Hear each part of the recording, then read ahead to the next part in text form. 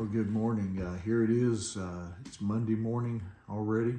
It seems like the weekend went awful fast, but anyway, today is June the 17th, and anyway, I hope you had a great weekend. I hope that as always, I hope you were able to have some time with your family, have some downtime where you just were able to enjoy being with them, and maybe going to the park, or whatever, maybe the lake even, but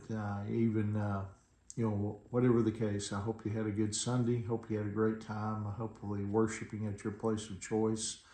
We had a great time yesterday morning, and we dedicated some kids in a dedication service, and commitment by their families, and just a wonderful day. And now here it is, Monday morning, and God has blessed us with the breath to breathe, and I certainly hope and pray this morning finds you feeling well. Hope that you're well rested and ready to tackle the opportunities that God has given us with this Monday morning.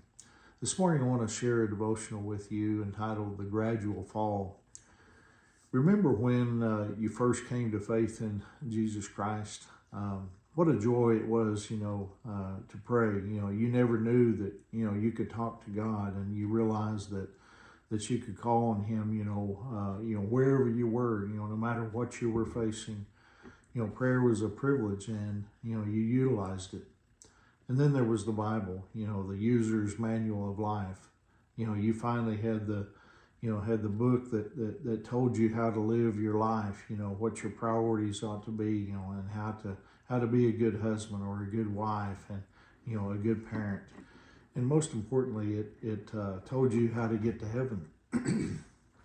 In church, I mean, you couldn't wait to get to church. You would go to, a Sunday service, and, a midweek service, and, listen to the Bible, teaching on the radio. Maybe you read, Christian books. You couldn't get enough, in your life. Sharing your faith was easy for you. It was the overflow of your, Christ-filled life, and you were always looking for opportunities to talk to someone about Jesus. But, things have changed. You still study the Bible, but not as much as you used to. You still pray, but, it's a quick prayer here and there. I mean, sure, you go to church. I mean, in fact, you sit in the same place maybe every week, and no one better, try to, take your seat, right? Well, however, if the preacher goes over his allotted time, you're not happy, and you sometimes have to leave early to, beat the traffic maybe, wherever you may live. You share your faith, once in a while. But, instead of having a conversation with someone about Christ, you feel that others should simply, look at your example, as a follower of Jesus. Now, here's the question. Have you left your first love? Jesus said to the church at Ephesus in Revelation chapter 2, verse 5, "Look how far you have fallen. Turn back to me and do the works you did at first."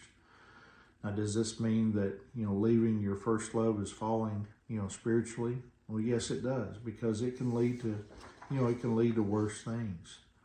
A classic example of this is King David. The Bible describes him as a man after God's own heart in 1 Samuel 13:14. And then it describes him the sweetest psalmist of Israel, 2 Samuel 23:1. But, he also was an adulterer and, in effect, a murderer. Now, David, he didn't start that way. I mean, when the Bible first introduces us to him, he's a young boy, watching his flock of sheep, and, writing love songs to the Lord. But fast forward a number of years, and David, he's kicking back at a time when kings would, lead their troops into battle. We don't read of him, writing beautiful psalms or singing to the Lord. We don't see his tender heart. What he did was he left his first love, and as a result, his life became a mess. It all fell apart for him. Now, have you left your first love? It can happen so easily. I mean, the thing is, what you need to do is get back to your first love for Jesus Christ. love him with all your heart, your soul, and your mind.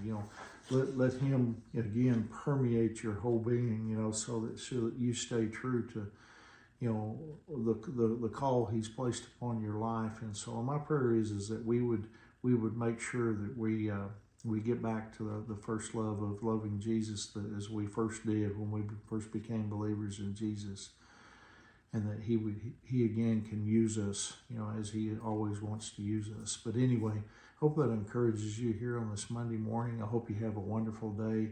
Remember, Angie and I, we love you guys, and we're praying for you. And Lord willing, I'll see you tomorrow morning. God bless you.